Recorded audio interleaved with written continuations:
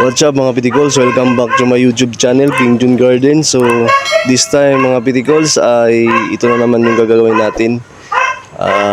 Yung top natin sa pagpaint, ganyang design. So nagkuha lang po tayo dyan ng yung plastic molder. Yun yung ginawa natin ng design.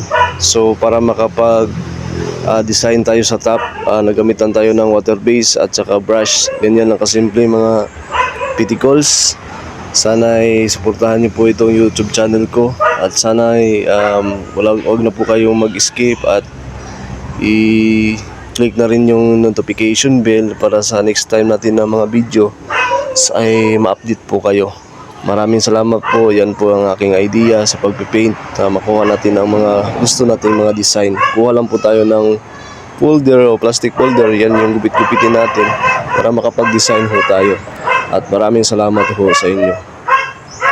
At mayroon din po tayong Facebook, may mga upload din po tayo sa Reels, at mayroon din po tayo sa long video.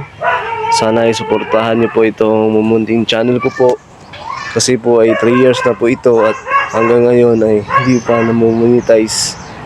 So nag-stop kasi ako 2 years ago na po at ngayon lang din po ako bumalik sa paggawa at sa pag-upload ng content dito sa YouTube. Sana po suportahan niyo po itong channel ko, King Jun Garden, at sana po ay maganda yung araw niyo at saka